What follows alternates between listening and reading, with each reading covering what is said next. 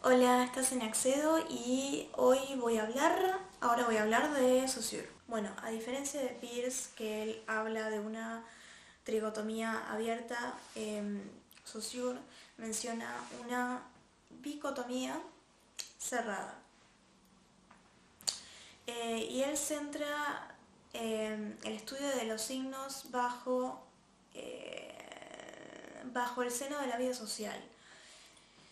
Él se quiere centrar no en el todo, sino en el lenguaje. Y dice que el lenguaje es el habla que arbitrariamente... Tengo mucho frío y está muy lejos el control del aire. Que es el habla más la lengua. El habla es una... Bueno, perdón. Y él se centra, después de hablar del lenguaje, en la lengua. No le interesa... Dice que no puede hablar de el habla porque... Ahora lo voy a definir. Porque el habla es una utilización individual que es voluntaria, que no es bajo un sistema concreto, no está construido socialmente, es totalmente individual, es subjetivo y no tiene una estructura básica para poder estudiarla. Dice que se relaciona más con la psicología, con lo psicofísico. Entonces, bueno, dice que no puede estudiarla.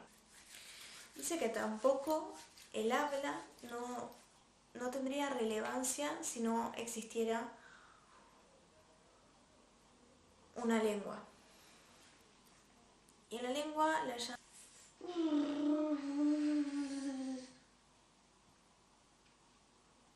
¡Oh, qué pelotuda! El orden del conjunto entre el habla y la lengua es arbitrario. Y es arbitrario de forma convencional. No hay razón por la cual sea arbitrario, simplemente está constituido arbitrariamente. A la lengua la llama como un conjunto de códigos, un sistema de signos que componen el lenguaje. No. ¡Ay! Es un sistema de signos que sirve para la comunicación.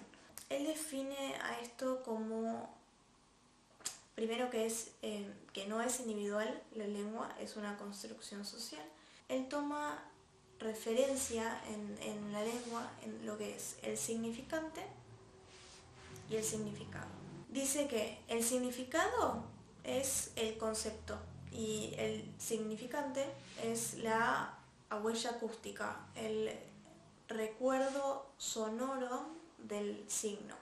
No sé qué más chamullar porque no hay mucho más de lo que se puede decir de eso. Él dice que la lengua es mutable o inmutable. A lo mutable, a la mutabilidad, en realidad es mutabilidad, refiere a que los signos, o sea, las palabras, pueden significar otra cosa, ya que los seres somos diferentes y vamos cambiando los significados de los significantes. Se va cambiando el significado con el significante. Como por ejemplo, quilombo antes era un prostíbulo y ahora significa lío. Dice que esto también pasa porque el ser humano también cambia y necesita cambiar palabras y se agregan palabras siempre y siempre cambia. Y a la inmutabilidad se refiere a que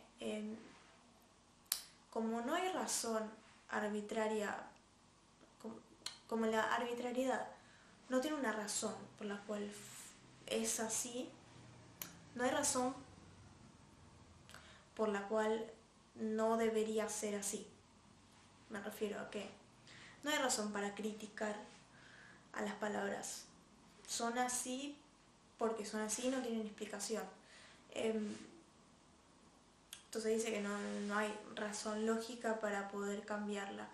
Aparte del carácter el carácter lingüístico, la cantidad de palabras, perdón, la multiplicidad de palabras que hay es imposible cambiarlas. Y el humano no está preparado como para poder cambiarlo. Él también agrega otro concepto que vendría a ser el valor lingüístico.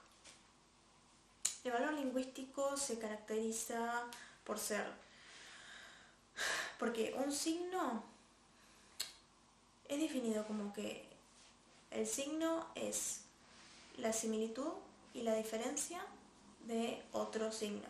Eso es un signo. Eso es un signo. Se parece a un signo, y se diferencia de otro signo. Y eso hace que tenga un valor lingüístico. Ahora, las otras dos definiciones que hace Saussure es las sintagmáticas y las paradigmáticas. A la sintagmática la caracteriza como una forma lingüística lineal del uso de la lingüística. Un ejemplo podría ser la oración. Es lineal. Tiene un orden lineal. Las palabras están en su linealidad para dar significado a una oración. Las paradigmáticas, en vez de ser formadas como una linealidad, en formato de linealidad, estas están formadas por una red. No sé por qué, pero vamos a decirlo así. Él menciona que existen dos tipos y los voy a solamente ejemplificar porque los voy a confundir más, si no. El primer tipo habla de enseñanza. Esto vendría a ser como la combinación entre el significado y el significante. El significado vendría a ser como la palabra, por ejemplo, enseñanza. Otra palabra parecida a esa, para que sea paradigmática, podría ser educación, porque tienen el mismo significado. Y en el significante, que vendría a ser más como es la huella acústica, si usamos la palabra enseñanza, en este ejemplo, podemos hablar como, por ejemplo, crianza. La huella acústica es parecida, te trae el recuerdo a una palabra que tiene una huella acústica parecida a esa. Lo último que define es lo diacrónico y lo sincrónico.